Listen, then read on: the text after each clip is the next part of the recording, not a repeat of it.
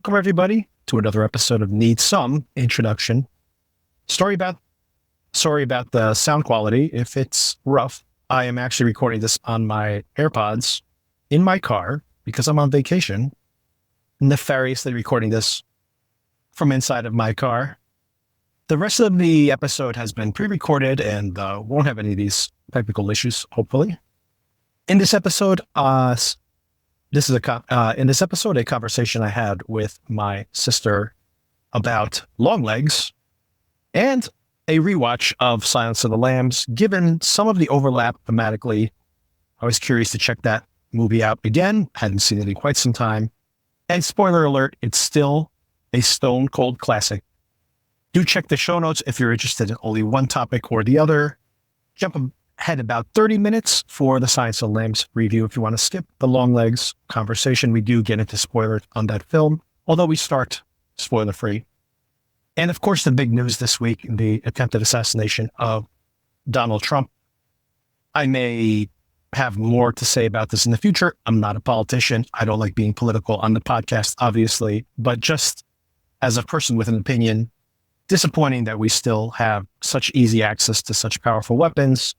Disappointing that our political discourse is so toxic that in so many ways this doesn't even seem surprising anymore. And disappointing or shocking that Secret Service failed so badly at their job. And when you combine this with, for example, the hammer attack on the Pelosi's about a year ago or 2 years ago, whenever that was, I do question how good these people are at their work. And is this just an illusion of security and hopefully does not encourage even more escalation of these type of violent events? I might have more to say about this when I record with Sona later this week. Sona and I will be discussing the two most recent episodes of Presumed Innocent. Many of you listened to that Presumed Innocent recap catch-up episode that Sona and I recorded. Not only will we be catching up on the two most recent episodes, we will also be speculating on the finale, which is just 1 week away. Big news, by the way, they announced that Severance, our most popular series here on the podcast, actually, I guess White Lotus has become more popular, but one of our most popular series here on the podcast will be returning. We knew it was returning, but now we have a date, the second week of January, 2025. So mark your calendars. We will definitely be covering that one here on the podcast. And this week we saw the finale of The Boys, or we will see the finale of The Boys, and do expect a short episode where I give you my opinion of this most recent season of the series, and perhaps also introduce some new series that have premiered recently. All right, enjoy the conversation. All right, Celia, you went to see Longlegs. I saw this on Thursday night. I saw it at the preview screening, actually, and you saw it pretty quickly thereafter. This is a very small movie from Neon. They've been around for a long time, actually. There's a lot of little films they pick up, films that played at Cannes that are good but don't win the awards and make a little ripple at the box office in the US, but nothing really huge. And apparently they're trying to up their game the way that A24, for example, has done, gone from making little horror movies and little art house movies to making Civil War this year for $50 million. They now have a deal with HBO. All their movies go to HBO. For example, Love Lies Bleeding just went to HBO this week. If anybody hasn't caught up on that, that was very good. Really good. Very good. So like A24 up their game, Neon is trying to transition as well. This, however, Longlegs, the movie we're going to be talking about today, is actually still a low budget movie. It was not expected to be a really big deal, but I just had a sense that even though there's very little marketing around it, most of it is just these little weird videos they've been put on the internet with symbols and no real traditional trailers for the movie. There was a lot of buzz among the horror fans specifically. And I just had a feeling this thing was tracking to open around where Maxine opened last week, which was around $7 million. And I'm thinking it's going to open with 12, maybe $15 million, which would be great. Like I said, Neon has never opened something this big. They opened The Immaculate earlier this year. The Immaculate made $17 million total. That was like the biggest release they've ever had. And this thing is tracking right now based on its opening day. We're recording this on Saturday, so the official numbers will be out by the time I publish this.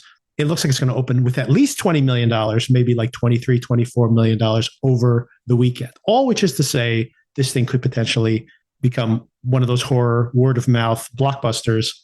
And there was a lot of buzz that built that up. And I bought into it. So I was excited enough to see it at a preview screening. Definitely wanted to see it. I'm a fan of horror, and we can talk about our horror fandom in general. This is from Oz Perkins, who, by the way, so if you didn't know this, Oz Perkins is Anthony Perkins, Psycho himself, his son, believe it or not.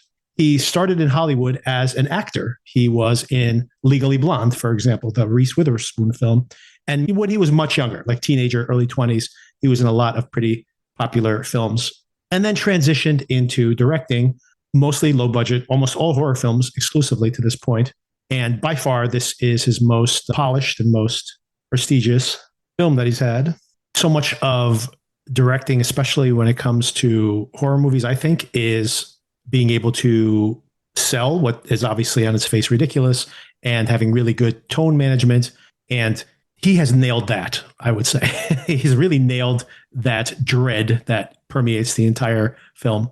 But I had issues with this film. But before we get into any kind of spoilers at all, and we will spoil the movie here, but before we get to the spoilers, in general, what'd you think? What was your expectation of the movie? How did you hear about it? And what was your general opinion? I saw it on trailers at the movie theater, which all the trailers lately are fantastic, by the way. So I saw this and was really thrilled that I might be able to see this really scary movie. And then they're comparing it to Silence of the Lambs, which I love. Yeah. So that's how I heard about it. So I go in, and I thought the first half of the movie, maybe even a little more than half, 3/4, up to like part 3, actually, was really good. Yeah. Really scary, mysterious. Although later, when we're allowed to talk about spoilers, I'm going to tell you how I figured a lot of this stuff out with some pretty simple clues at the beginning of the movie. But that didn't spoil the movie for me. And normally it would. Right. So I thought it was really good and creepy, and I love the performance. The Psycho with the sound in this movie is amazing also, by the way. Really scary and like intense, and it goes right through you. But then I became very disappointed. Yes. And a little sad, because I don't think that was a good resolve at the end there, or non-resolve. I don't even know what happened, honestly. I'm like, what does this all mean? Anyway, I think it fell apart for me right around part 3. Yeah. Yes, I think this is a big problem with the film. The screenplay to a large extent, and even as you mentioned, there's that part 1, part 2, part 3. There's a pretty short part 1, very long part 2, and then part 3. And I agree, part 3 is the worst. Part 2 is really long, and I don't even know why it's divided there. A lot of this, I feel, is unnecessary and oddly structured. So a lot of the problems, I think, are in the screenplay, especially in the resolution. And once again, we will spoil this later, but not right now. I would say that anyone who's thinking about seeing this film, it really is about the type of story that's being told at the end, because I think for some people, they're going to love this type of story. Oh, I love that it turned into this. An example I would make of this is, in very different terms, but the movie Hereditary, where for me, Hereditary is almost a perfect film for the vast majority of it. And then it has this absolutely batshit finale, which I kind of love. And it, for me, works in the themes of the first 2/3, 3/4 of that movie, which are really all about this family that has this mental disorder, which is inherited from one generation to the other. So when it's explicitly some kind of curse that is haunting the family, it doesn't necessarily take away from what is already thematically in the film. And I would say this is similar, where for some people, they're going to love this ending, but I don't see how that improves on what was coming from the first 2/3 of the movie. And caveat here that I had told you as part of this preparation for this conversation, hey, let's also rewatch Silence of the Lambs. And I think I did myself a disservice by watching Silence of the Lambs, like literally within a day of seeing this film, because that is a nearly perfect film from a script standpoint. Like, it's so tight. There is like not a missed scene in that entire film or performance or anything else. And this obviously is more uneven. It's shaggier, I think intentionally so. It is the film it wants to be. It's maybe just not the film I wanted it to be, if that makes sense. So yeah, so I have many caveats there. Okay, so we're going to start spoiling the film. We're not going to get to the end yet, but I'll start laying out some of the plot. And then, so you can tune out now if you don't want to be spoiled at all. But no heavy duty spoilers for this segment here. I'm just going to set up the story pretty much. We have the star of the film, played by Micah Monroe. By the way, from It Follows. Quick announcement, Celia, the sequel to It Follows is being shot right now and is coming out in 2025. So 2025 shaping up to be a great year for horror films. The first one was so good. Fantastic. So a bad ending once again. That's a bad ending too, but doesn't derail the film in the way that this one. Oh, it's so good. The rest of the film is great. From the first scene, that first scene is amazing. So speak about tone management, right? There's a film that it's managed its tone perfectly from beginning to end. Thing is, with the sequels, I always want them to be as good as the first one. So I think It Follows. I don't know if it's going to be as good, but I think It Follows has the opportunity. That metaphor is so interesting. Anyway, maybe we have a whole conversation about It Follows when the next one comes out. So let's save that for now. I'd love to rewatch that film. So as far as this film goes, Micah Monroe, a young FBI agent, very reminiscent of Silence of the Lambs. She has a sixth sense, literally. She is able to identify a random number generated 50% of the time, which would be this astronomical, by the way. Think about it. If you have to guess 16 random numbers like she does, out of 1 to 100, 16% of the time, you'd be lucky enough to get one of those numbers correct. She gets 50% of them right. She is definitely psychic. That would be proof positive that you were a psychic person, which apparently she is. And on her very first case, I think this is maybe her very first case or early on, she has a sense about something going badly. It does go badly, very badly for her partner specifically. And this is when Blair Underwood, playing her boss in the kind of Jack Crawford role, if you want to parallel it to Silence of the Lambs, brings her in on this much more high profile case about the serial killer. And another film I drew bad parallels to, because it's still a better film, unfortunately, but I'll call it out here as a recommendation, is the Japanese movie Cure. There are letters in the house with these symbols written in a codex and signed Longlegs in English. And it's in every single one of these murder scenes. There's been 10 of them in 30 years. So that's the connection, is these birthday cards. The murders all occur around the time of the birthday of one of these young girls in the home, or the young girl in the home. But there's no indication that there was a third party in the home, anyone other outside of the family. And then the father kills the family. Obviously, very grisly details here. How do you prove that someone's a serial killer when they apparently are not inside the home? Problem number one. Problem number two, who is this person at all? And obviously, there's this Zodiac-like codex that ties these things all together. So it's almost certainly the same person, but how do they catch them? And then that's what unravels within the rest of the film, this mystery that unfurls. And as you would expect, the story actually starts to intersect with the investigator, with Micah Monroe's character, with her own backstory.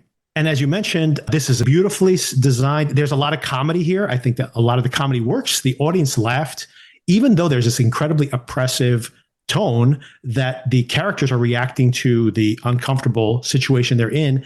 And there's actual jokes that land, not unintentional jokes, intentional jokes. So it's really amazing that he's able to pull this off. There's also something that's in all of his films, this fairy tale-like tone.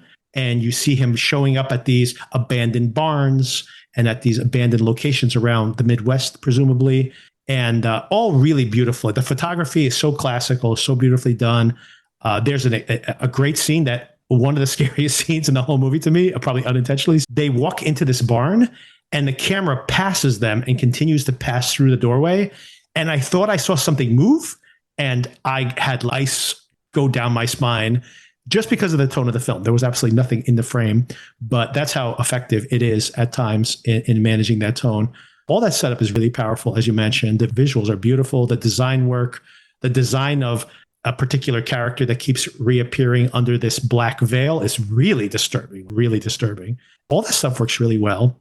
And then we get to the ending and we can hold off on that. Is there anything you want to add before we get into the specific of the details of the ending? It was everything you just said, but also the soundtrack is fantastic. Yeah. It goes perfectly with the movie also.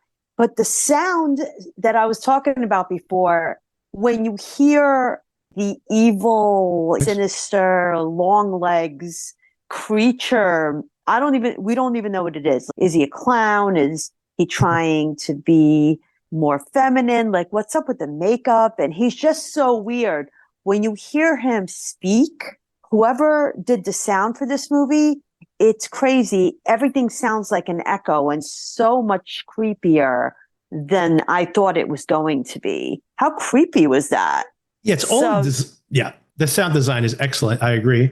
He's a big fan of David Lynch, and of course, Lynch is famous for his sound design as well. And like a Lynch film, 90% of the terror is in the sound design. There's a moment in the film where she finds a photograph of Longlegs when she's exploring her own home. And when she sees the photograph, we only see the actual photograph for a split second. And then the sound design kicks in. But also we see these images of crime scenes and also of these symbols and these snakes. It's all a flash cut really quickly. And it is a total jump scare just in the edits. It's not like a jump scare like a cat jumping at the camera. It's just the actual technique on the film. I, once again, had ice go down my spine at that moment. And most of it is sound design, like you mentioned. And so so all of this is extremely effective. Yeah, exactly. So now, all right, we're going to get into spoilers here.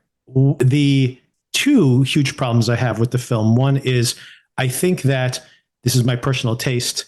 The story takes a turn, despite these parallels to The Silence of the Lambs, and even early on, this obvious indication that this girl would have to have psychic abilities to be able to not only get these hunches as the film goes more and more into the supernatural. It's not only that I'm not a huge fan of a supernatural explanation. I find the explanation a little weak, to be honest, and we can get into those details when we break it down. But as someone who has defended Nicolas Cage as a performer many times, I liked him in Mandy, much more in the first half of Mandy than the second half of Mandy. I loved him in Pig. I thought he gave an incredible performance. You really remember what an incredibly talented actor he is and how subtle he can be. I prefer the subtle, but I don't mind when he goes over the top and uses it sparingly. I honestly felt that this performance, and I think this is going to be divisive for general audiences, I found this performance took me completely out of the film. Like it didn't work for me at all. I thought it was great. I loved his performance in the film. Yes. Wow. I'm surprised that you're not more enthusiastic about the film, because that is for me the thing that really took me out of the film the most. No, he was I don't know if I find clowns to be a little extra creepy than other people. Like just something so repulsive and weird about them. And that's probably why I love the Joker movie, that you're like, I'm like, oh my God. So I thought his performance was really good. He was just the weirdest person. He was hard to read. Like, what's going on? Is he really the killer? Is he how is he killing these people without getting into their houses? It's not like he's Manson and he's got this weird charm. He's just so weird. So I thought he did a great job there. That's not where I begin to dislike the movie a bit. And it had nothing to do with him. But I was disappointed in his character, the way it was written at the end, because of many reasons. But what did you not like about it? His performance. It was, first of all, Carlos did not like it. Yes, I did not like it at all. He did not. Yeah, I agree. I'm with Carlos on this one. It's complicated because after I saw the film, I think I knew what he was going for, the filmmaker, who also wrote the screenplay, by the way, Oz Perkins. And he was giving an interview and he was saying that him and Nicolas Cage shaped the performance together and that their goal was to make this guy pathetic, right? And I did get that. But I don't think it works. He doesn't want to glamorize evil, basically, right? So he's making this guy a pathetic schlub. You see how he reacts when that girl rejects him. By the way, we're full spoilers here, everybody, if anyone's still listening. When he's talking to that girl at the auto shop or whatever, and she calls dad, and he overreacts to it. He loves T-Rex, who was big in the late 60s, early 70s. I think Bang a Gong comes out in 72, which is T-Rex's biggest hit. T-Rex died early, by the way, died in the 70s in a car accident. He takes on that affectation, the glam rock, the long curly hair, the colorful outfits. This is supposedly the 90s. So this is 20 something years later. He's still trying to dress like Mark Bolan from the late 60s, early 70s. And that's like a reference point. All the music on the soundtrack is from T-Rex. And he's had plastic surgery. So maybe he's trying to continue to be young. And so he's a pathetic figure, right? Theoretically, all these things make him pathetic, but yet he has supernatural powers. So it's contradictory to make this guy a clown, like you mentioned. And then those two things don't mesh that well for me. But go ahead. What did you like so much about the performance? I just like that every time I saw his face or heard his voice, I was so deeply disturbed and repulsed. Good job. If that is what you were trying to get people to feel, you're doing an amazing job, because this person, I'd be running away. I could never be near this person. He was really good at that. Tell me what the things didn't work for you at the end. The whole magic doll thing does not work for me. Like, I'm like, what? I'm simplifying it, but really that's what it comes down to, magic haunted dolls. And when I was first starting to watch the movie, as soon as they went to the second scene, I said to Carlos, oh, that was her when she was little. Yeah, exactly. And he's like, no, that she is an FBI agent and she is looking for this guy because he did something to that little girl. And I'm like, no, I don't think so. Yeah. And then after they talked about the birthdays, I'm like, oh, yes, he must be related to her somehow. Is he her dad? What's going on? Why is he so interested in everyone's birthday that happens to be this FBI lady's birthday? Right. The girl in the beginning of the movie, when he's like, oh, my almost perfect, he knew her and went there for her birthday party. And he's also killing people on this birthday. So if you didn't know that was her in the first scene, maybe you could just not see that ending coming. Because I was like, oh, he must be her dad. But really, who does it turn out to be? He's responsible for the magic dolls. Right. But it turns out it's her mother. Right. So I feel like I have psychic powers. Not quite. I think that like you said, I think it's pretty obvious what the film is doing, and I assume it's intentional because they don't hide any of this. I do agree that because we don't see Nicolas Cage's face, and that first scene, you could read it either way. When I first saw that scene, I'm like, oh, this is her backstory. But then when you hear that these young girls are always there at the scenes of the crimes, I'm like, this could have also been one of the most recent crimes. So I'm 50-50 at that point. I'm not saying definitely one thing or the other. I'm just waiting for the film to tell me what I'm supposed to be paying attention to. And then, like you said, pretty early on, it's like, come meet my daughter, right? This is the Jack Crawford character, the Blair Underwood role he's playing, her boss. Come meet my family. And then they're sitting in a room and they're like, oh, it's my birthday in X number of days within a week. And, oh, my birthday too. And then we know already that it's like this guy kills people within 6 days of their birthday. I'm like, what do you think? That this girl whose birthday is the 14th wasn't one of the people that he visited in his past. And that's why she has the ability of seeing all these things ahead of time. Once again, I feel like the film is telling us that before she even starts the investigation practically, right? So I don't know if you're psychic or if the film is laying it out for us. And if they were trying to hide it in some way, which I don't even think they were, I didn't think they did a great job of that. I do agree that if that had been more of a surprise at the end, maybe that would be a little more of oh my God, she's the one. But I feel like when she shows up back at her house, it's like fate. It does not feel like, I can't believe this is where we ended up. It's like, it's been telling us that from the first moment of the film. It feels like doom coming, which once again, I feel like maybe that is the intention of the film.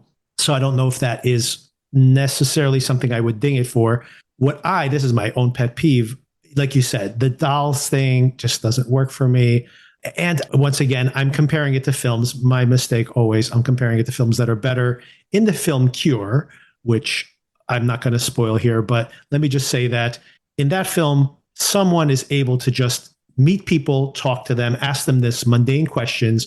And what starts to happen is in their own minds, they start to drive themselves nuts and they lash out at the people who are closest to them. And that's why they commit these crimes. But what's happening is it's as if he is tapping into something in their psyche and unleashing it, right? And this is the movie Cure. So once again, in my mind, waiting to see that, like an exploration of how someone could just push you into doing something that maybe is a secret black fantasy of yours. But they put this magic doll in your house, and within a day, everyone is like hail Satan and chopping up their family. There's no psychological aspect to this. And I think that's the thing I've discovered. I need a psychological hook to hang all these things on. It can't just be like voodoo doll makes you kill people. That's weird. I don't buy that. Think about the whole final confrontation there at the very end when she shows up there. It's not even like he's been grooming this family for months. He just puts it's not even him, it's her mother, puts the doll in the house, and they're all like, oh, must kill my family. I'm like, what? Like, it's that whole final scene. Once again, in my own head, I could write the fact that maybe the doll was there and he was talking to the girl and he met with her a bunch of times, and little by little, he's infiltrating the family. I could write that. But then that final confrontation, she shows up with the box, and 5 minutes later, they're zombies. This does not work for me at all. Not at all. And the last scene was just a final straw. She can't even kill this doll. Right. I was like, you know what I thought the twist was going to be. What's wrong with her gun? Did she run out of bullets? No, she didn't use that many bullets. Oh, it's indestructible. And Carlos is like, all she's got to do is get more bullets. Is it really indestructible? What's going on? She's not possessed. No. But is she what does that mean? She's in charge of something now? No, she's got to watch out for these other possibly haunted people, because that kid next to her is haunted still. No, she's protecting the girl. She's protecting the girl because remember that theoretically she is going to go kill herself, because the doll can remain. And if the doll remains, then the girl is spared, right? That's the deal that the mother made. So theoretically, she's not killing the doll. This is how I read it anyway. I could be wrong, but she doesn't destroy the doll, because remember when they they found the doll of the girl who was in the mental institution. What's her name? Shipka, the actress. When they found her doll, that once they opened the orb, she killed herself, right? So that was the bargain they made, right? The devil's bargain, literally, that they made, that the mother said that she wouldn't kill the daughter. And that way, like, preserving the doll preserves the daughter. But then I don't know sure how that works, because when she shot the doll and then that black smoke went into her, what does that mean? Like, does it mean that whatever was contained in the doll theoretically would drive her to kill herself, right? Just like all these other people who survived it and killed themselves theoretically. So I don't know. It's confusing, and it doesn't read cleanly. The whole thing is a mess. How did this guy get the power to make these haunted dolls? How? Oh, wait, no, exactly. That's a whole other thing. He's like, oh, my boss, he lives underground. Yes. He lives under all the ground. Mr. Downstairs. He's downstairs everywhere. Yeah. Exactly. Yeah, everywhere. So how did he become chosen by the downstairs master to then make these dolls? Because did the devil give him the power to do this? So he was chosen by the devil, and his mission is to make these haunted dolls. And then he got followers, so he didn't have to do it himself. And the follower was her mother, because he went to her house to save on her her, birthday. right? Because she didn't kill her.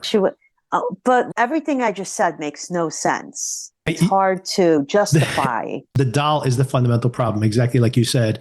The problem with the doll itself is such a big issue, because I think that we are not supposed to see Longlegs as this superpower. I think you're absolutely correct. In the same way that her mother got coerced into being this facilitator, theoretically, you would assume it happened to him at some point in the past too. So this is just part of a chain of behavior, right? Like of these accomplices. It's like he was chosen because he's like Geppetto. That's the fundamental problem. Exactly that. If you want to make these people just purely pathetic, you can't have them actually working for the devil at the end.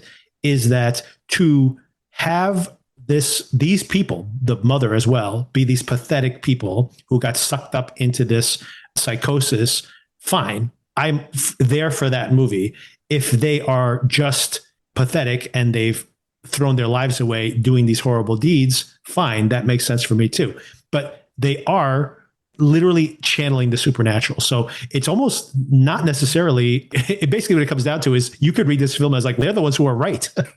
Like they're the ones who have a connection to the supernatural world. They can make these dolls that can brainwash people. Like that's a pretty incredible talent to have, right? You're not going to have that. You're not going to get that from working at Kmart, right? And the dolls look like the victims. Exactly like the victims. Exactly. Yeah. So he's good at making those. Occurs to me. I'm like, the girl who worked in the gas station or convenience store, did he have a doll of her? Like weird thoughts were popping through my head after I found out about this. These places seem to be chosen, right? He sees these houses. They were so white. We see that actually really beautifully rendered at the very beginning where he sees that house. And I remember like when I saw it, I'm like, wow, the house looks so white on that hill. So it's as if he is seeing these places call to him at some way. So it's not just a random little girl walking down the street. It has to be more to it than that, apparently, according to whatever this mythology is. Let me tell you what I thought was happening at the end, where I thought, and maybe once again, I might have written an ending I preferred, and then I was disappointed I didn't get it.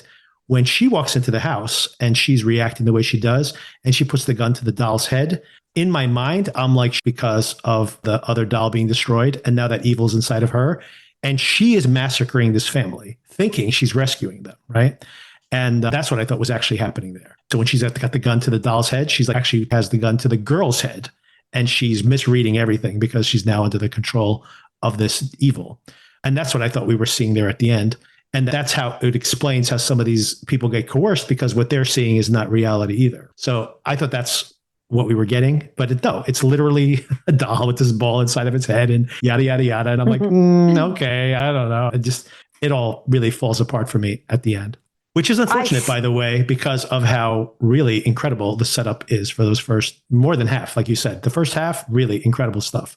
The imagery, such simple things, the way they arrive at that barn. It is reminiscent of Silence of the Lambs, like the way that Silence of the Lambs, it's continuously going deeper into the ground. Clarice goes down to see Lecter in his underground prison, but then later we go even further down, and then we're down in that when we go down and we go down. And in the same way that the film just keeps getting darker and going further down, I like the way that it's almost doing the same thing for these locations they show up at, as these like abandoned locations. And as they go from like one room to the other, and the camera is like stalking her from behind, is really nerve-wracking, right? And just really beautifully done. And all of that just to get to this really weird supernatural ending. I don't know. And then we end with bang a gong. I'm like, really? This is the button on the movie? I'm not sure. I can't say I didn't like it because I liked so much of it. Yes. Until the end. This is how I feel about Lost. I loved that series, and then the end comes and I'm like, what? Were they dead? But I can't say I don't like everything else up to that point. And I feel like that about this. So I like this movie despite the end, is how I feel. Yeah, I'm mixed on this movie, very mixed. I liked so much of the beginning of it, but then the more Nicolas Cage we get, the more out of it. He just took me out of the film.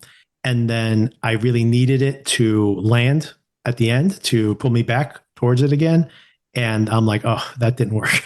So yeah, very mixed for me, very mixed. But I do want to see Perkins do more directing. He'll have 3 movies out within 15 months. The next one is produced by Jordan Peele, a Stephen King adaptation of the book, the story The Monkey, which is a very popular Stephen King story. So that's coming in January, I believe. So yeah, this guy has a lot of talent, and he's going to be working with bigger budgets. He's going to get a lot more opportunities coming soon. And if they had buttoned up this script, if someone had read his script and said, these stuffs are really good, you got to work on this and this, I think this thing could have really been great. And it's just, I can't even call it okay, because parts of it are exceptional and parts of it are just terrible for me. I mean, some people, like I said, mileage may vary. Some people don't mind. They like a supernatural hook or whatever. I'm like, okay. People are afraid of dolls. Okay, whatever. If you're afraid of dolls, this will be very scary. If you have a lot of dolls in your room at night, you're going to have to get rid of all of them after you watch this movie. I didn't really love Longlegs, although I am still on board with the whole Perkins project. I want to see what he does next. But one of the big upsides of this Longlegs thing wasn't necessarily the film itself. It made me want to rewatch Silence of the Lambs, a movie that I've seen so many times when I was younger and now wanted to catch up with again. Haven't seen it in probably 10 years. I think I've seen it with Kim. So at least once. So we've probably seen it within the past 8 or 9 years. Definitely not in the past 5 or 6 years once Charlotte got to a certain age. You can't watch stuff you really want to watch, basically. She'd want to watch, and obviously not a movie to watch with kids. But I did catch up with it again. And I'm like, here's a movie that I always was just so knocked out by this film. I remember seeing it in the movie theaters on opening night. It opened on Valentine's Day of all things back in 1991. Played all year long, ended up winning the Academy Award for Best Picture that year, Best Actor, Best Actress, Best Screenplay, Best Director. It swept all the major awards. I think One Flew Over the Cuckoo's Nest is the only other film to have done that sweep. Obviously very well respected in its day. But I was curious, how does this hold up after all this time? And I rewatched it this week, as did you. And this movie is still absolutely incredible. Let's not spoil anything yet I'm sure there's younger people who haven't seen it. The vast majority of the audience probably has. But let's just in general talk about it without spoiling anything much. And then, of course, we could just have a full spoiler. I mean, for a movie that's 30 something years old, I think you can go full spoilers. But what was your experience of rewatching it? And what was your experience of originally watching it as well? That movie is so eerie from even the first scene is a little eerie because you're starting to feel like this person's in deep danger. So what I love about the film is that everyone's really interesting. All the characters are extremely deep. You like stuff about them. You don't like certain things about them, but they all have a certain kind of charm and very true to their character without ever even missing a beat. So performances are amazing. And the tone, it never lags ever, which is very hard to do in a movie. I don't remember a single lag in that movie. And it stays with you. Yeah. Like when it's over, it stays with you. Sometimes we still love it after how many years? So it stays with you. And most movies cannot do that. Sometimes I'm like, I saw that movie, but I don't know what happened. Yeah, culturally, it has stayed with us, right? Think about some of Hannibal Lecter's quotes and things like that it's endemic to the culture. And as part of this research, I'm like, how does this thing work for a younger audience? Is it just me still having the affinity for seeing it in the theater? I remember how electrifying it was to see that in the theater. You can only imagine seeing that with an audience who's never seen this movie before, the experience they've had and that you shared with those people. I'm like, but how does it hold up for people who've only seen it on TV or only seen it on TNT or watched it when they were 15 years old, 4 years ago? And here's the incredible thing about it, that I looked at Internet Movie Database, and on IMDb, I looked at all the movies that have it has 1.5 million ratings from viewers on IMDb. How many movies from the 90s have that many? There's only 4 other movies that have that number of votes or more from the 90s. So it's still incredibly popular today. And even more so, I looked on Letterboxd, because think about Letterboxd. Everybody who's on Letterboxd is probably 25 to 30 years old. Probably the average person is very young. And I looked at what are the most popular films with the most ratings. It's 41 on the list of all the most popular movies. And when I say that, like Avengers movies and the Dune movies that just came out this year, those are the ones that are above it. So it's like, this is like one of the very rare films on the top 100 list on Letterboxd. That's from the 20, 30, 40 years ago. Like The Godfather's up there. It literally is up there with like maybe 5 other movies, including The Godfather. That's how well respected this movie still is with younger audiences, which is astounding, but not surprising because it's really good. There's nothing bad about it across the board.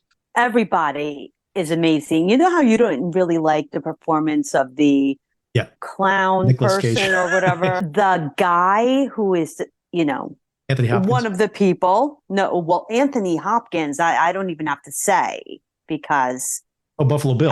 Everyone knows. But Buffalo Bill is extremely creepy in a way that is even more disturbing, because there was a scene where she has to speak to him. Yeah. And you'd never know, right? He's really, and it's not a supernatural anything. The scariest thing to me are what people do to each other. That's the scariest thing. So it's like that movie. Exactly what you said. Everybody's so good and the characters are so well-rounded. This is such an incredible screenplay, by the way. A lot of the dialogue is lifted directly from the book. If you haven't read Silence of the Lambs, you should definitely read it. It is much shaggier than the movie, which is so streamlined, but there's a lot of extra stuff in there, which is interesting. You get a lot more psychology. You get inside of Hannibal's head. You see what Clarice is thinking sometimes. Some of the things that they did with Clarice in the book, honestly, when you streamline a novel to the screen, the actors, that's what the actors have to do. They have to convey the stuff that is not available from the book. And I think she conveys something a little different about Clarice, but I prefer her interpretation of Clarice, basically, because I think the film has a real humanity to it, to your point. Jonathan Demme never made another horror movie again in his career. And at this point, he had made kind of quirky punk rock rom-coms, like they're very weird movies. They don't really fit into any specific bucket, but usually they always had a lot of music in it. He directed the Talking Heads Stop Making Sense movie. So he loves music, especially alternative music. He was a big promoter of that type of style of music. You hear it in the soundtrack here. The soundtrack's really terrific in Silence of the Lambs. But not only that, he comes from this background of being a real humane person, a real humane director. So an odd choice for making a horror movie. But like you said, it's like he brings that humane view to every single character. Every character, this is a complaint I have about Longlegs in comparison. Every character in Silence of the Lambs, when you see them, it's like you write a full biography of where they came from, what they did, good and bad, but they are all fully fleshed out people. And I look at the Micah Monroe character in Longlegs, and the more I try to imagine a biography for her, the more the movie falls apart. I'm like, so she didn't know about this that happened in the past, and I really don't know anything about her other than she has this contentious relationship with her mom. It's just a character that exists to move the plot along. When you watch Silence of the Lambs, I feel like you're seeing people doing what they do, and we're just intersecting in this moment in the film. And that's really rare. You really remember how rare it is when you see someone do it so well like they do here.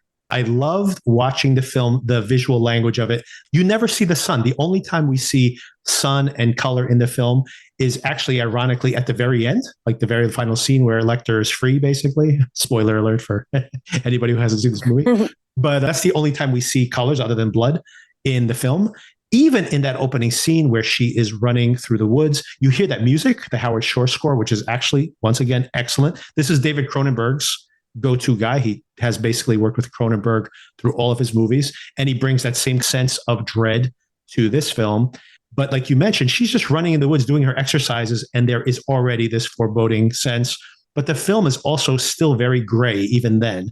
And it's also the time of year, but it doesn't let the sun peek through. And we start there in this like gray palette, and then we go down. She goes to see Lecter, and she goes down underground. And then we see where Buffalo Bill is, and it's down and it's down. And we're going deeper and deeper. It's like it really feels as you're watching the movie that it is a horror film. There's something supernatural could potentially happen.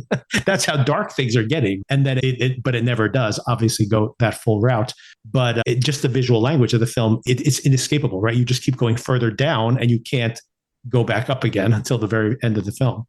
I did read the book, and I love Jodie Foster's performance. Yes, I agree. I like what you were saying before. I didn't want to interrupt you, but like I was thinking exactly that. But her performance, I love in this movie. She's innocent, just wants to do a really good job. Yes. She's got that like golly gee thing going for her. She's nervous, but she doesn't want to show she's nervous. And she's amazing. And she's really badass throughout the entire thing. She's learning. You could see her in her future being amazing. Right now, she is raw, and she just got thrown into the situation.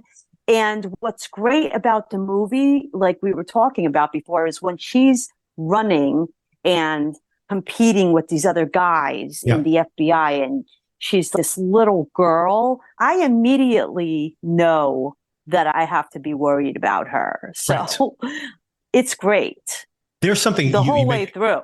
You make a great point. The cinematography is it's not stylish at all. It is almost classical. And I remember when I was younger, I thought, even though this movie won Best Cinematography, I thought The one thing I would ding this movie for is that it should have been a little more stylish, right? That it needed a little more pizzazz visually. And what I realize now is I was totally wrong. Making something that looks this classical, you could watch this movie now, and other than having cell phones in it, this movie is completely timeless. It doesn't look like the 80s, like we just saw Manhunter as well, which is a very good movie, but it's so 80s that it places it in time immediately. This film does not feel aged at all because they didn't overdo the style, right? It didn't feel like 2000. It didn't feel like 1985. And that is, so what I thought was a little bit of a criticism back in the day, I was wrong. That going for a truly classical, plain, everything is framed beautifully, but it doesn't draw attention to itself. And I'm like, that's perfect. That is exactly the way you should shoot this movie.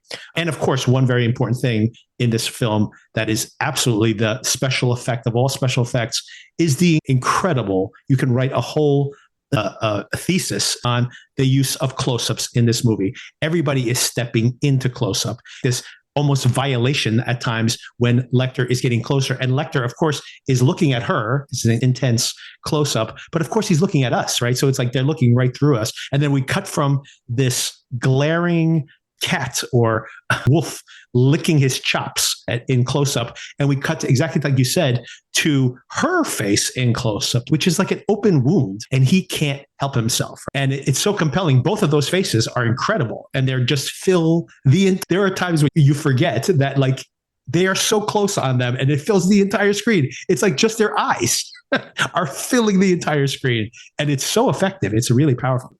I like the way you like describe things. Describe the plot of that movie in few words. The plot of the movie in few words is pretty simple, right? You have this young FBI agent who is being mentored by, and I think maybe this is important. I'm going to put subtext into my description, but she has this mentor. She has this background where she lost her father. She was very close to her father. He was a single parent because her mother had died even earlier.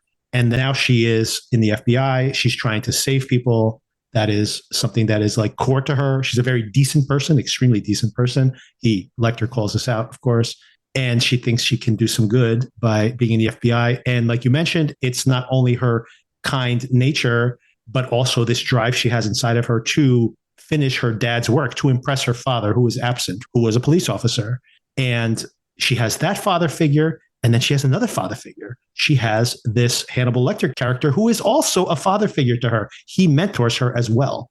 And is this dichotomy of mentors and how she relates to both of them. She gets something from both of them. And I think that's why the film works so well, because there is this really powerful subtext there. And also, I think that the film is incredibly feminist without rubbing your face in it. I think that's another incredible, powerful thing about the film. Like you mentioned earlier, that the camera is at her eye level and she's a foot shorter than these guys at the FBI. So like you said, you always feel like she's in danger. The use of the camera at her eye level is so powerful that when you have the flashback to her as a little girl, when we cut to her walking into that funeral home as well, we know without them even showing the younger actress that we are in a flashback, because the camera's point of view is even smaller. She's now even smaller, right? So we know we've been traveled back in time even more. But the reason I bring that up is because there is this interesting feminist subtext to the film. If you notice, she is constantly having to negotiate these relationships with these men. She has to always flirt with them, or always be courteous to them, or mother them, or do something, right? Or make herself, for example, she uses it to her advantage later on, where they're like, no one's allowed to see Lecter. And she's just like, oh, just little old me. And then they let her go up there, right? So she's always has to use her femininity with these men. So it's like the subtext of the film is how she is learning to do that over the course of the film as well. Like you said, she is constantly in physical danger, right? Which, of course, in and of itself makes the film stressful because you're so closely aligned with her. You root for her, and she's constantly in harm's way. And she can't help but put herself in harm's way again. And she's pursuing this horrible killer who is butchering these women, making, it turns out, skin suit out of them. And like, this film is really grotesque on the page when you think about it. It's so classy in execution, but it's like, this is really repulsive stuff. I know people who refuse to watch horror movies, that like think Silence of the Lambs is like one of the best films I've ever seen. And they don't even get repulsed by what is really deeply repulsive.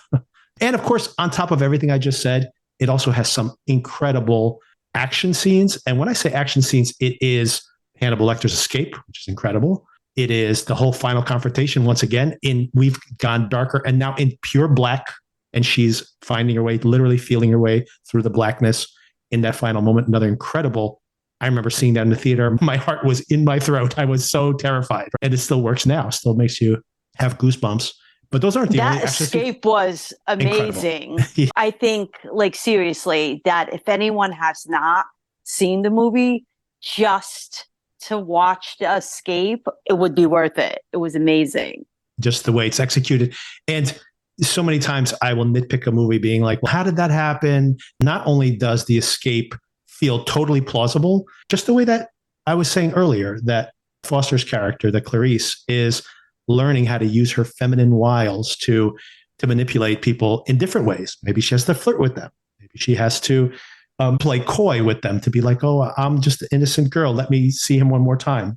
So she uses these different aspects of herself. He has a secret weapon too, that he understands how to manipulate people. And that is that he is so courteous and he's so kind and he's so calm that people forget how utterly dangerous he is. So that moment where he turns the tables on them is completely believable, because you don't have to be a bodybuilder to get the upper hand of these guys. Once he handcuffs the one guy to the bars, he can do whatever the hell he wants at that moment. And it's incredibly well executed and terrifying, really terrifying. Oh, and what I was mentioning before, that there are these really important set pieces in the film that are so compelling, but some of the greatest action scenes in the film are just those close-ups, right? When Clarice goes back to interview him in the cage right before his escape, that whole conversation about the lambs, when he finally gets that out of her, is a violation of a kind that we're watching on screen. And it is really powerful. And it's all just done like he's behind a cage and he's basically invading her mind. It's a really incredible scene. Her face when she's telling that story. Oh my God, so great. Was incredible. Oh, this movie's so good. I can't believe we were it's so good. To compare it to the previous movie, it's terrible. Like I know. A sin. There's no comparison. I cannot find any. Yeah, I feel like and like I said, I feel like I probably would have given Longlegs at least half a star more if I hadn't seen this in such close conjunction to it. Yeah, because I saw it first, and then last night when I saw Longlegs, I was like, so disappointed. And this is when I was liking the movie, which right. I'm still not going to say I don't like, because there's so much good in it. I think if I watch it a second time, I'll be more forgiving, knowing that my expectations are so much lower. Mm-hmm. I think I'd probably be the same. Yeah. To compare it to Silence of the Lambs was too much. It was a disservice. It was, truly. And of course, Silence of the Lambs is a one of one, right? Even Manhunter, even Red Dragon, which is based on another Harris novel with Lecter in it as well, which is a copy of Silence of the Lambs. And it's a good movie, by the way. If you just want to see Lecter again, you want to see Hopkins in this role again, Ray Fiennes as the serial killer is terrific in that movie. There's some really good things about it, but it's just an imitation of Silence of the Lambs with a different story and a compelling one. So I do recommend that one as well. But even that doesn't hold up to Silence of the Lambs. It just has that. Silence of the Lambs just has that extra something. So of course, nothing is going to be, like I said, it's a one of one. Hey, why don't they make one of these every 2 years? This is easy. It's like, it's not easy. It's only happened once. So of course, it's always a disservice to compare them in that regard. And I agree, by the way, what you said about Longlegs in general. If I watch it again with no expectations, I probably will appreciate those things more, because the disappointment has already happened in a way. Some great dialogue in Silence of the Lambs. Most of it is from the book, and Hopkins sells these lines so well. I love that sequence when they bring him out in front of the senator, and Hopkins goes, your nipples get chafed when you nurse your children. When they kill your daughter, where's it going to hurt you? And then she is disgusted by him. And this is all from the book, by the way, disgusted by him. And then he does start to describe Buffalo Bill so that he can get his deal after all. And he goes, Senator, one more thing right before she leaves. And he goes, I love the suit. Honestly, he is pretty campy in his performance.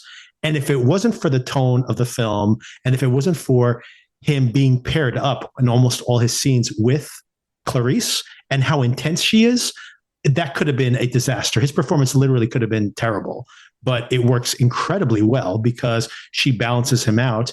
And I think in a way, when they were performing against each other, she brought out the best of him. It's hard to believe that this actor, who's twice as old as this, she's 27 when she makes this movie. And I really feel like Foster got a better performance out of Hopkins. It made his career, right? He was not a star until this moment. I like that you said that, performing against each other. That's a good observation. Yeah, I think it's the two of them together. That's the chemistry that makes the movie magic. And that's why I said you just can't be like, oh, this is easy to do. It's like you have all the ingredients when you make a movie. And for me, it's like if all the ingredients are good, you can make a 3-star movie.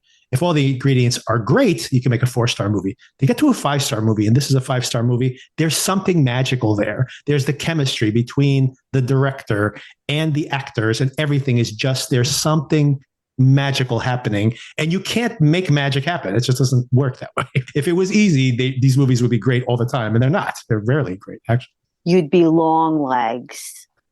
Yeah. Longlegs is the ingredients. I take that back. I was going to say it has some great ingredients for me personally, and it has some terrible ingredients. And one of them, very big one, even though Nicolas Cage, like Anthony Hopkins, by the way, is only in like 4 or 5 scenes in the entire movie. It's hard to believe that, by the way. I thought about that as well. As many times have I seen this film, people back in the day were like, can you believe he won Best Actor, even though he's only in 20 minutes of this movie? And I remember when I first heard that, I'm like, he's only in 20 minutes of this movie? That's impossible because he looms so large. And even watching it now, he still feels like he is a bigger part of the movie. And part of that isn't because his performance is so good. I think part of that is because the script is so tight. She goes on her investigation. She finds the head inside the car. And then she goes back to see him. Logically, in the plot, now she's going to go talk to him. He's there exactly when he's supposed to be there. So it feels like he's always there. Yes. Yeah. Oh, I never thought about it like that. But I also thought he was in most of the movie now that I'm thinking about it. That's the other thing that I think is pretty amazing. Movies now are all over 2 hours long. Longlegs was not. It's actually pretty short. But in general, movies, these big studio movies, are like 2.5 hours, 2 hours and 45 minutes. This movie is not even 2 hours long, and it feels huge. It feels like so many things happen in it. You don't need a 2.5 hour runtime to feel like a big movie. But anyway, 2 hours long or just under 2 hours long, and he's in 20 minutes of it. That's a very small percentage of screen time. It feels like that because there is no lag. Right. It's just constant things are happening, and the movie's just moving along the whole time. There's no weird scene or 10 minutes where nothing really happens, and it's like this buffer or just a space where you can just relax for a second, use the restroom. They don't have any of that in this movie. And the screenplay is so tight, you can't walk away, like you said, ever. It's not only that things are happening, it's that it happens so seamlessly. In your mind, you're literally on an investigation. So logically, at this point, she has to do this, and then she does that. And then you have to do this, and then she does that. And then just when you get to the point where she's getting close to Buffalo Bill, then we get introduced to the Buffalo Bill character. And then he becomes a bigger and bigger part of the back half of the movie. But that's exactly how it should be. It's really just really well constructed. The screenplay is just so well made. This is the one thing I really got impressed with even more so this time. The performance is obviously there, the direction for constructing the film so well. But I think it comes back to the script. The script is just so tight. There's not a bad scene in this thing. Even the girl in the pit is impressive. Yes. I love how she reacts when she's like, you're safe. You're safe now. Like, get back here, you bitch. Don't you dare leave me alone.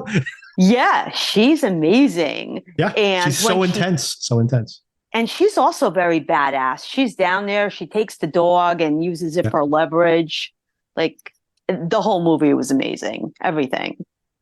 Yeah. There's not a bad scene in the movie. Like, how rare is that? Oh, I think something that's in the movie, but not in the original book that I wanted to call out in the screenplay, which I think is so good, is when she goes back after she's ripped her pants and she's bleeding and she's been in the rain and she finds the head. And now she's getting excited because now she knows she's on the scent of the actual killer. She shows up to see him that second time. And you'll notice the first time she don't get too close. She gets right to the window. She grabs the towel, which is right there. Right away, she is being more intimate with him. He starts saying, well, tell me about your relationship with Jack Crawford. He wants to sleep with you, blah, blah, blah, blah, blah. And she goes, I don't think about those things, which is probably not true, by the way. But it's like, I don't think about those things. And actually, that is beneath you. That's something that Miggs would say. And this is after he's killed Miggs. And he goes, not anymore. That's such a great piece of dialogue there because it's like, it's funny and it's also intimidating at the same time. No, he's dead now. That situation is really gross. That's interesting. Did he kill Miggs because he just found him so vile because of what he did? Or was it, well, what was he doing? He could have killed them at any time. I know, but was he defending her honor? Was he angry because Miggs... The characters are very complicated. It made me wonder why he killed Miggs. I think he said it I think this is explicitly in the books and they said it in the movie as well. He says that he was discourteous to her. And if you've read the Hannibal book, which is all in Hannibal's, not a great film, by the way, but that's a very mixed bag for sure. The movie, the book as well. The book is a mess, but an interesting one, especially because you get to spend so much time in Hannibal's head. And Hannibal kills people once he's on the lam. He only kills people when he finds them to be rude. So he has a real problem with someone being discourteous. So I guess when Miggs is messing with the guards and he's obnoxious, his chaos is entertaining to him in some way, or at least that chaos gives him potentially some means of escape or potentially manipulation in the future. But I think he did just feel like that was out of line. He ends up, I don't know if you could actually convince somebody to choke themselves to death on their own tongue. That could be almost supernatural powers there at that point. But I think that's why he does what he does, supposedly. Yeah. So his supernatural powers, like the way he's able to get people to do things is just by getting in their heads. Because I don't think that Miggs was very smart. I don't know how hard he hit him. Schizophrenic. Yeah, he's not some genius. Yeah, exactly. In Longlegs, we have that guy somehow getting all these people to do the same thing that I guess Hannibal could do if he wanted to. But it turns out that's not even what's happening. But I was questioning this when I was watching Longlegs and still trying to compare it to Silence of the Lambs. I'm like, oh, because he's got like a way of making people do what he wants them to do because he's manipulating them with his brain.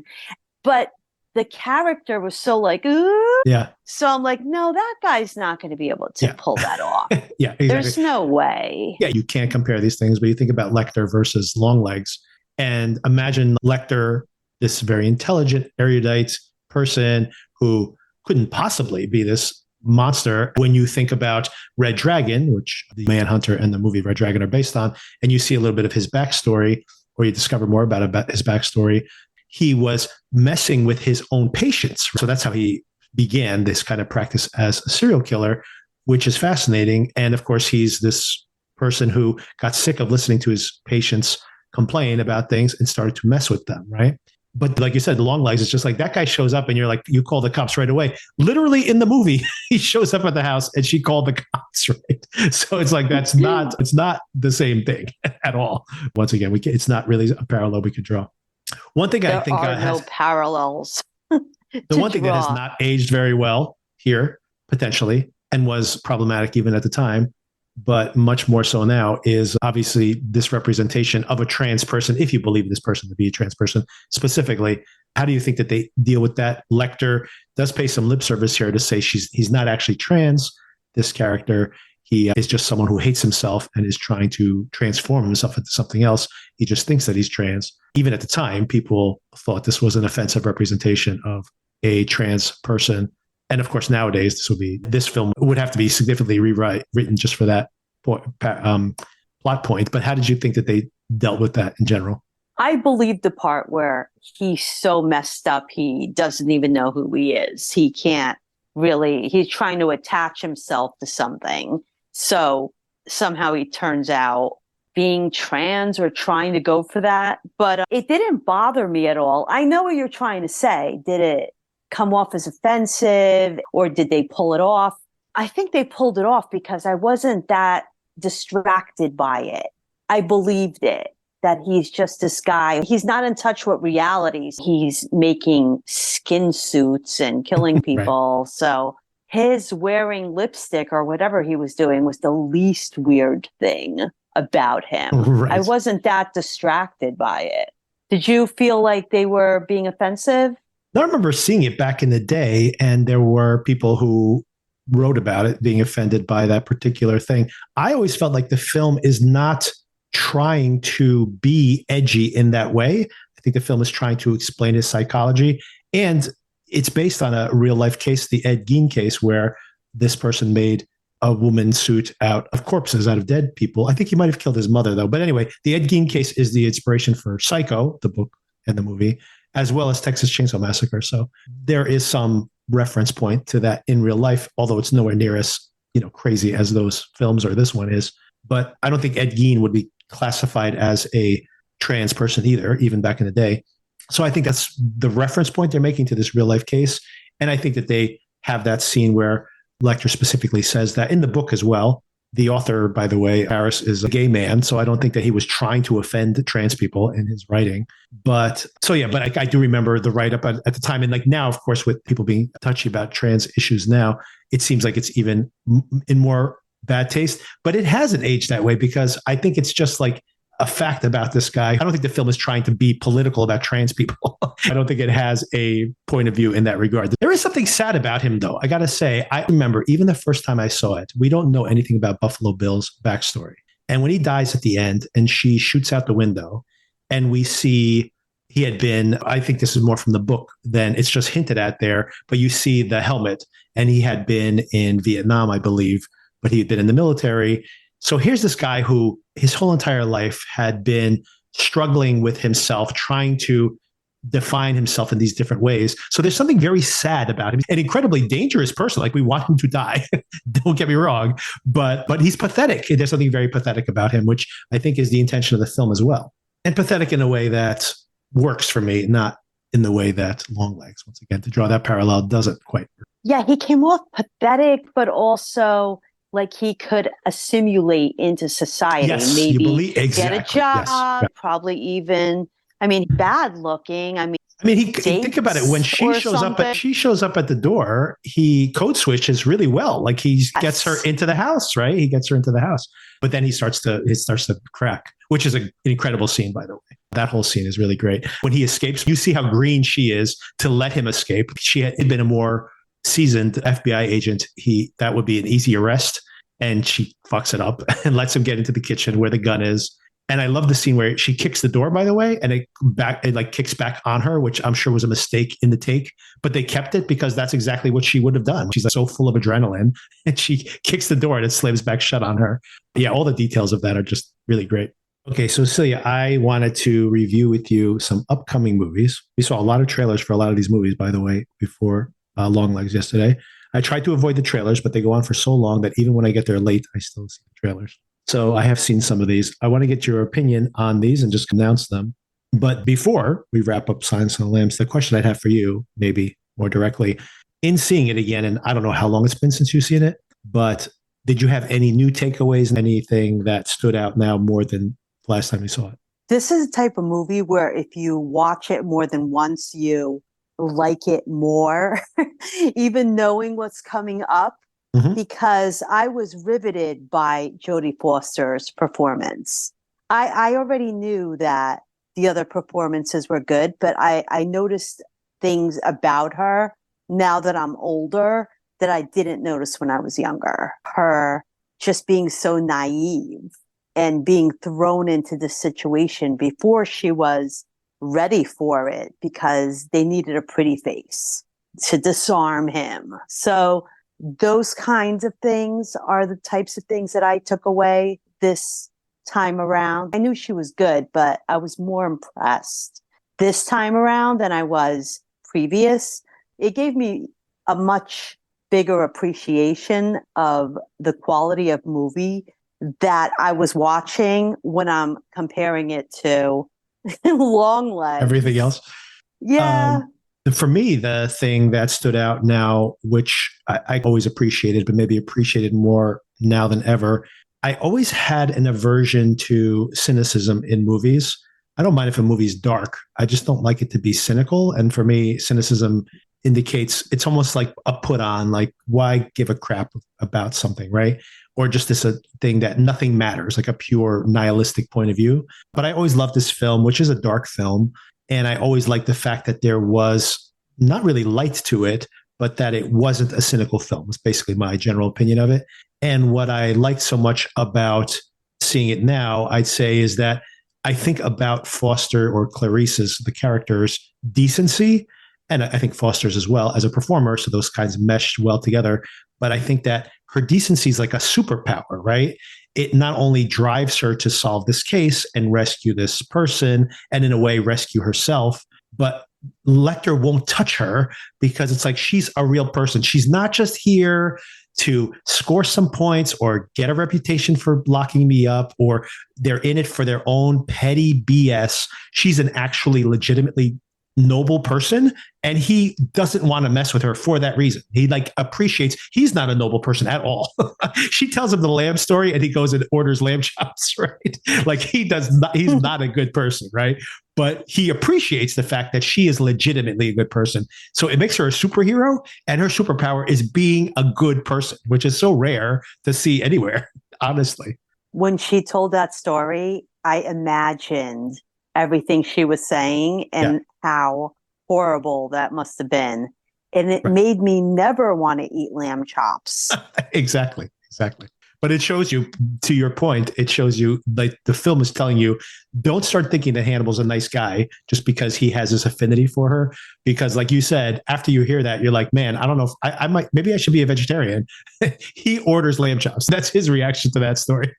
Okay, let's get into some upcoming movies. The first half of the movie year, 2024, has been pretty disappointing. I thought 2023, my personal opinion, pretty disappointing after 2022 being a real standout year for horror. And not only a standout year in general with the quality of the movies, but when the box office was really struggling to come back after the pandemic, horror movies were doing awesome. These little cheap horror movies were making huge amounts of money. And I felt like, ooh, there could be like a golden age of horror films. 2023 was disappointing. There's a couple of good films in there. I don't want to make this conversation too broad by calling up every possible good movie. But I also felt that the first half of this year was pretty disappointing. In general, I was unimpressed with most of what I saw. There's a couple of standouts. I don't know if you want to call some out. I thought The First Omen was very good. And as a pair to Immaculate, I thought both of them were good. First Omen was better of the two, I thought. That's about it, actually, like in the first half of the year. Was there anything that stood out to you in the first half of the year before we talk about what's come out very recently and then what's coming later in the year? I loved that they had The Exorcist. What was that? There were two Exorcists done back to back by the same actor. Pope's Exorcist? That's it. It was the Pope's Exorcist, the Pope's Exorcist and The Exorcist.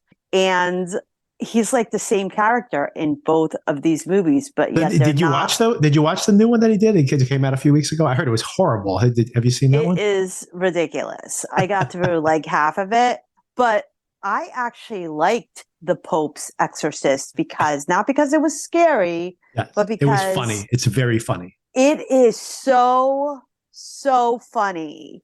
I couldn't tell. I'm like, are these people like mocking the character that they were given, so they're just making it satirical? They're making a sequel. They're making a sequel to that movie, by the way. My God, that movie was so funny. I really liked that movie, but only because it was making me laugh. And I couldn't tell if I was supposed to be laughing. That movie's very funny. It's not a good movie, I agree.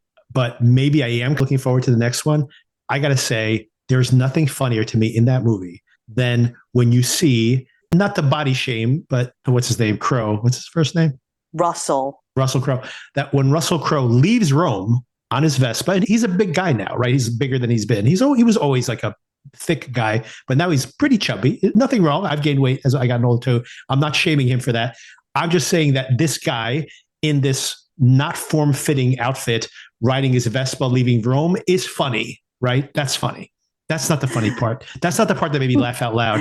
when he shows up in Scotland or Ireland or whatever on the Vespa, I'm like, how did he get to Ireland on his Vespa? How did that happen? Did he ride it onto a ferry and then sit on the, I picture him on the Vespa on the ferry crossing the channel. He couldn't take a train. He took the Vespa all the way to Scotland.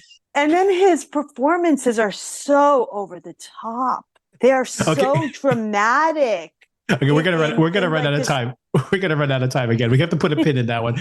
If they make a sequel to that movie, we should definitely revisit for sure. But yeah, that's a whole half-hour conversation about that crazy movie. But that was from last year, by the way. But you probably saw it this year because it was very popular on Netflix, I think, this year. So it's hard; these things bleed together.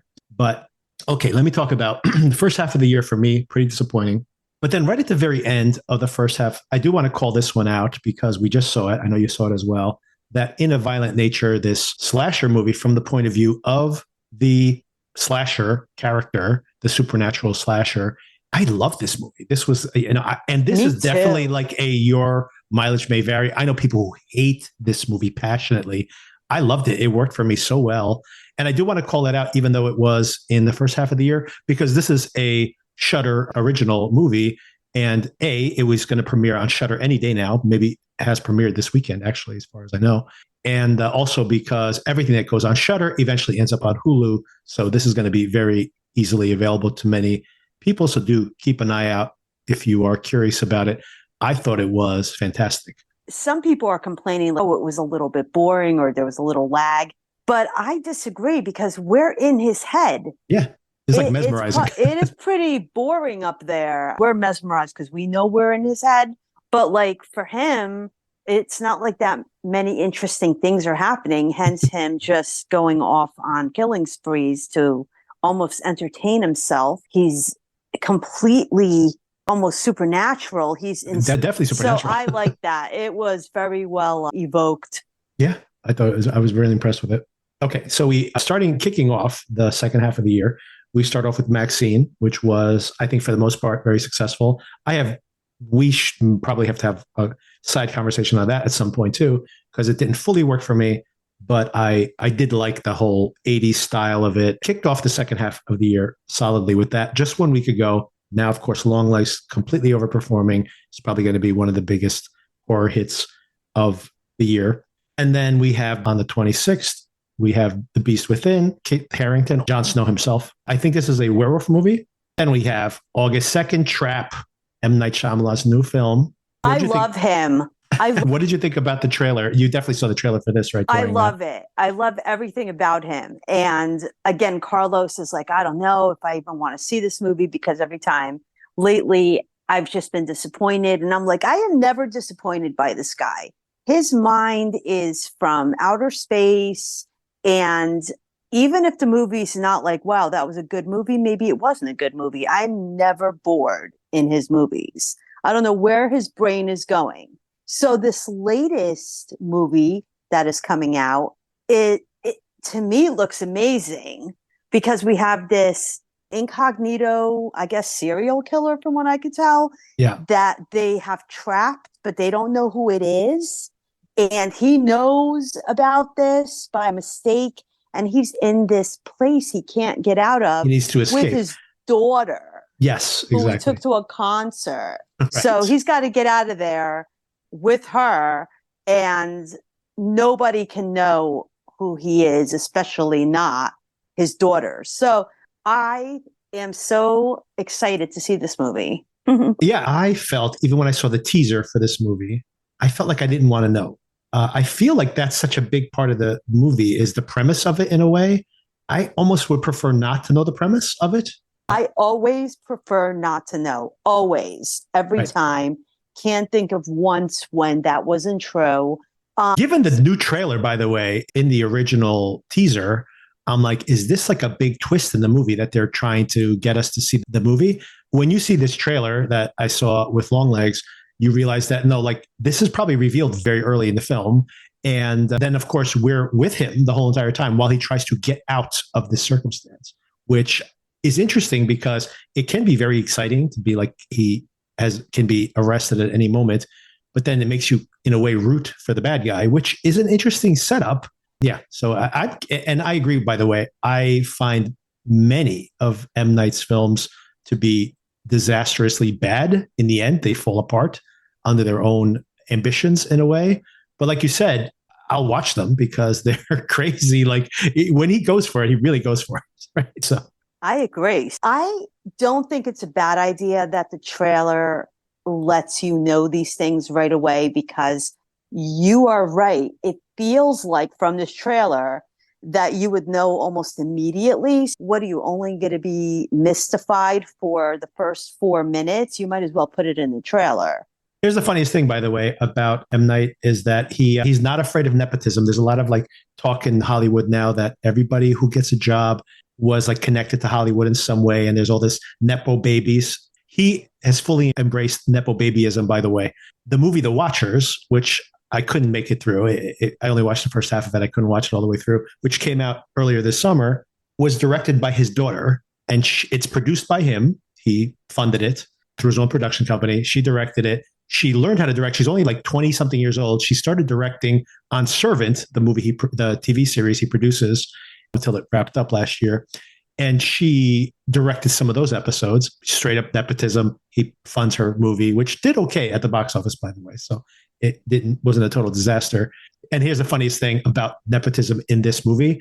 The concert they go to is supposedly this girl who is a huge star. The girl who's performing you hear the music throughout the entire movie, basically, is his daughter. She's a musician, and he's going to put her music wall to wall in the entire movie. He's like, hey, I can make them famous. I'm going to do it. Okay. The next week after that, this is the first I've seen of this movie. I've heard about it. It played at some film festivals earlier this year, but it's the first trailer I saw for it, was Cuckoo, which they also played before Longlegs. This is with Hunter Schafer from Euphoria and Dan Stevens as well. It's a very strange trailer, although the reviews have been pretty positive on it. So I'm curious about that one. August 16 comes Alien Romulus. So this is the new Alien movie from Fede Alvarez, the guy who directed the Evil Dead 2013 movie, which I think is great, by the way, and Don't Breathe, which I think is great, by the way. So I'm very excited about this new version of the Alien story. Yeah, I can't wait to see that. And the trailer is terrifying. It's like the original movie, but going with really gory kills. So yeah, really, I'm very interested in this one. August 23rd, we have The Crow, which I've heard is terrible, by the way. And Blink Twice, which is Channing Tatum starring in a movie directed by Zoe Kravitz, which at first I thought it was a comedy, but apparently it's a horror movie about something strange going on. This guy gets these girls to go to this island with him, supposedly to party or become models, and something strange is happening on the island.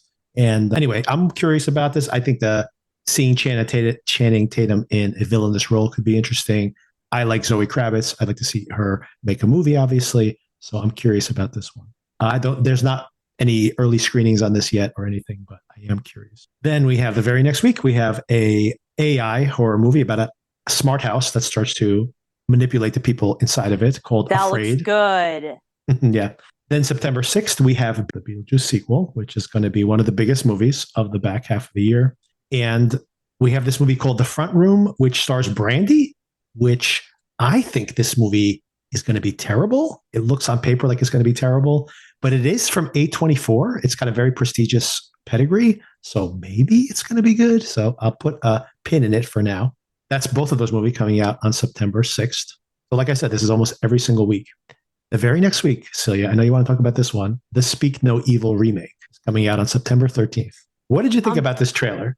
This trailer has a completely different tone from the first movie. The scenes are note for note, and they're the Carlos. They're some of the most important scenes in the movie. Yes. I find it terrible. I told him this is a terrible trailer that they show so much, because he didn't see the original. He was horrified, and he's like, "Oh no, I think I heard something about it, and I don't know if I could see that." But I loved it just for being so disturbing. And this one has a completely different tone that's very over the top. But yeah, your remarks on the trailer are great, because what I said to him is he goes, "Oh, this looks good." I go, "But it's got a different tone." I go, "And I don't like that they showed so much." And he was okay with it. But I'm like, you don't understand. All of the stuff they're showing is what's most horrifying about the first movie, because you don't know what's going on until these things happen, and they just showed them in the trailer. Right. So I don't like that. The button, I don't know. I don't want to spoil too much here, but I guess they already did in the trailer. Maybe skip 30 seconds ahead. If anybody's listening to this, skip 30 seconds ahead if you don't want to hear this. And don't watch the trailer. Don't watch the trailer. Absolutely do not watch the trailer for this movie. But more than that is, Celia, specifically the button on the trailer, the very last image of the trailer. That is a horrifying thing that happens in the movie. And to basically explicitly say, and by the way, this is going to happen in the movie. In the trailer, I'm like, what are you doing? What is the point of this movie? Insane to me. Insane. Yeah, that's crazy. You don't do that. This is why I don't watch trailers, because they make trailers like this. Anyway. Even when the guy's like, oh, I'm not a doctor. Yes, I am a doctor. Right. What are you doing? Exactly. What? That's... Or feeding her the meat. Feeding her. Think about how that turning point. Yeah. Yes, and right. The meat. Yeah. They should have done the opposite of this, where there are so many scenes where maybe I'm overreading into this, and then they push too hard. Same thing with the scene in the restaurant when they go out and they talk about them still being horny for each other after a certain number of years. Again, it's one of those scenes that they cross a line. And the trailer has all of the scenes in it. You should have done a trailer where you're like, are they really in danger, or are they overreading this, right? Which is 80% of the movie. And what they did in the trailer was put in the scenes where you know that something is wrong is happening. And they put it all in the trailer. Insane. What a decision. I'm still going to see the movie because I'm so curious how they're going to remake it. It looks scene for scene like the other movie. The but dialogue with is the same. The dialogue is the same. Yeah, dialogue, everything's the same. In the other movie, everything was so subtle that exactly what you were saying. Something's wrong, but what is it? Okay, people can be annoying or weird. And all of a sudden, there are the turning points that are in this trailer, and horrifying things occur by the end of this movie where you're left feeling just despondent, empty, just horrified. Because again, like the things people do to each other are so much scarier than magic dolls. So yeah, I don't think it's going to be good. I don't, because of everything we just said, but I'm still going to see it. I want to see how in the world are they translating the original, which is really good. And it's also, I think it's completely unnecessary, to be totally honest with you. The original can be seen on Hulu, I think, right now. So it's easily available to American audiences. And by the way, the only reason to remake this movie is because, oh man, I hate reading subtitles. These people are two different nationalities. So I think importantly in the film, the common language where they speak to each other is English. Like 80% of the dialogue is in English. And then, by the way, when they speak to each other in this foreign language, which of course is not going to work in this adaptation if they're all speaking English to each other all the time, there are times when they speak to each other in Danish or whatever the other language is, and we do not see subtitles. So we're not supposed to know what they're saying in those moments. We're supposed to feel like this couple, why are they talking this way behind our back, basically in front of our faces? You can't do that when they all speak English. Like, it's so bizarre. Like I said, you have a movie that's 80% in English, and then the stuff that you need to translations for, the movie intentionally does not translate for you. So just watch the other movie. I don't understand. It's so frustrating. I agree. All right. The very next week, though, that's probably going to make money because it's from Blumhouse too. So anyway, so September 20th, next week, we have two movies coming out that have a lot of buzz around them. One is called A Different Man. And this is Sebastian Sands, who plays Bucky from the Avengers movies. And basically, he is someone who has like a facial deformity. And he has a surgery, like a new procedure that makes him handsome, like a movie star, right? And his whole life changes. But then it starts to mess with him. It has comedic elements, but horror elements as well. And this has gotten some really strong reviews. I'm very curious about seeing this. I just like the premise of it so much that someone who no one will look at you is suddenly beautiful to look at, like, and how that messes with your whole psychology. That's called A Different Man. And the very same weekend, a movie called The Substance is coming out. And this is starring Demi Moore. Also, this movie has gotten rave reviews from the film festivals. And it's about a substance that women can take that basically keeps them beautiful. It's got interesting overlapping of themes here with these two movies, but it keeps them beautiful. But then there's a price to pay, of course, with that as well. And it's supposed to be like really a biting satire of the culture today. And anyway, the reviews, I'm pretty much unspoiled on it, so I don't want to know too much about it. But 2 movies coming out the same weekend that I'm very excited about. So much more so than the remake of a movie that I already saw, which was good, but hey, I saw it already. So I love Demi Moore. I hope that was amazing. Incredible. She looks incredible, Yeah. by the way. Incredible. She's beautiful. She's like 60 years old and she still looks incredible. That's also like I see like how Selma Hayek, like on her Instagram or whatever, and you're like, how old is this lady? This woman looks incredible.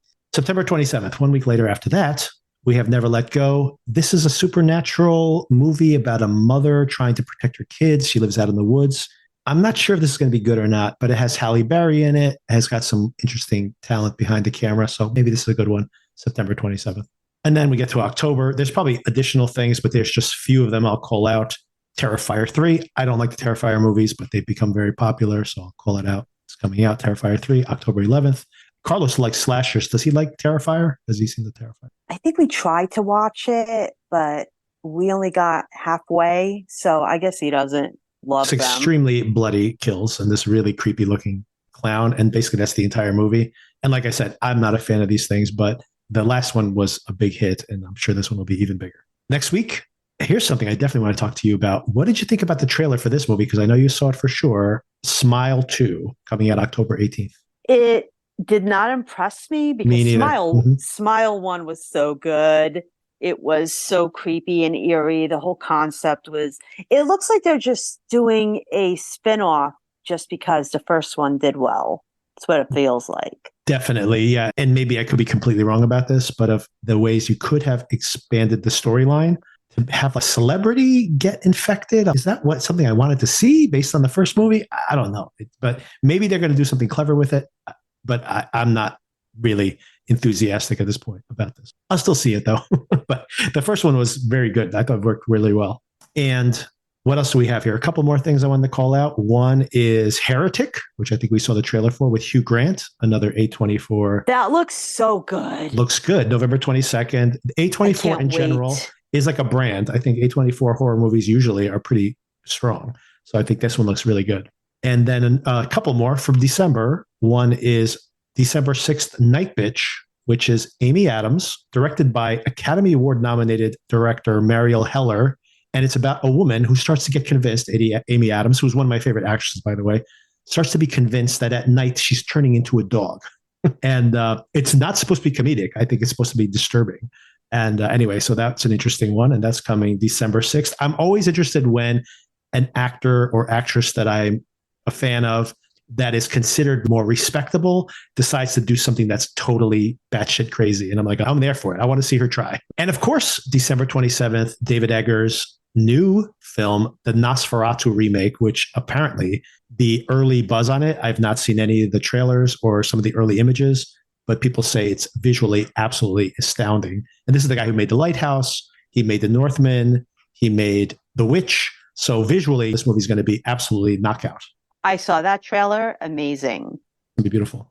And that one I'm really looking forward to. And that's December 27th. And like I said, there'll be other things that fill in. A few things that are undated here that I want to call out for sure.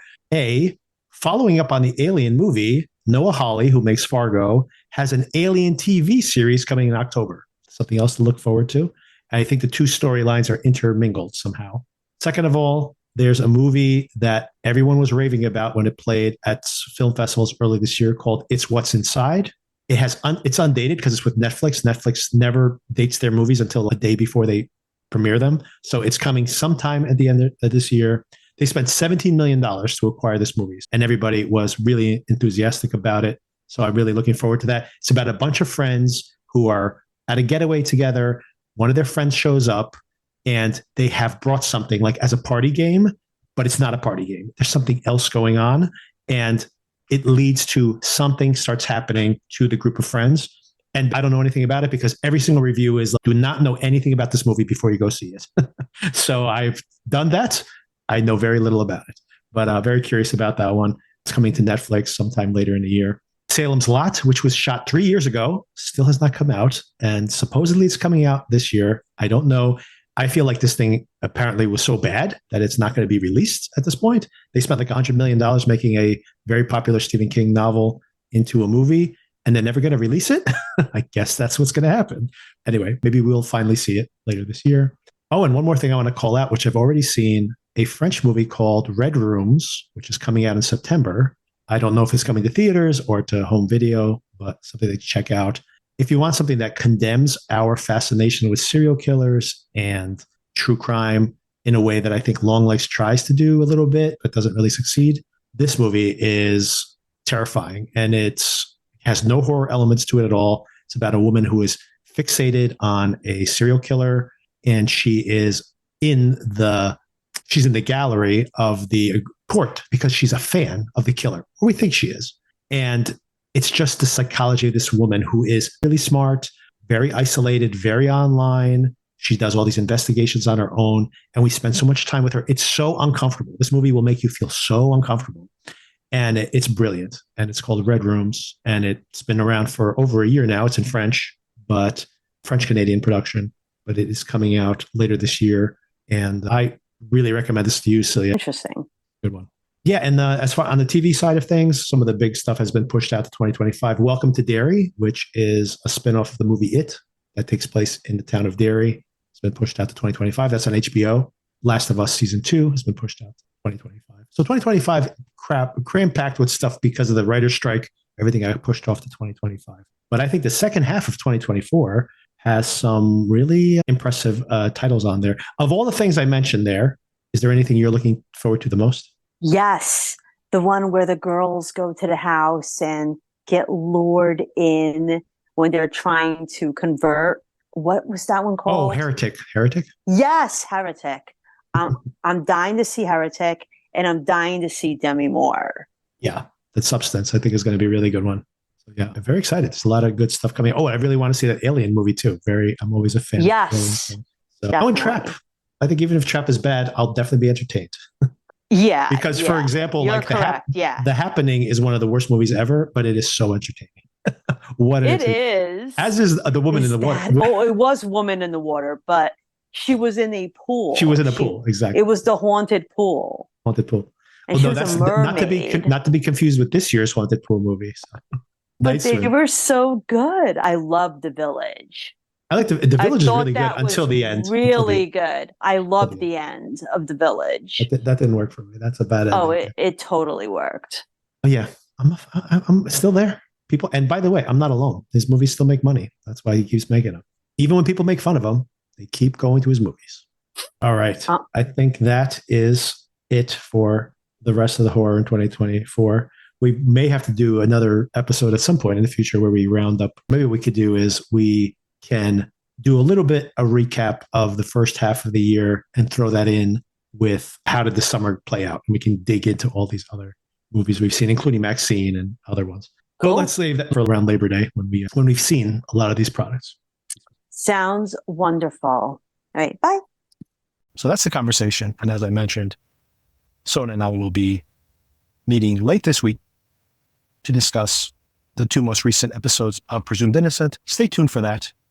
And I'll be introducing some of the new series we'll be covering in the next few months. Take care. I'll talk to you soon.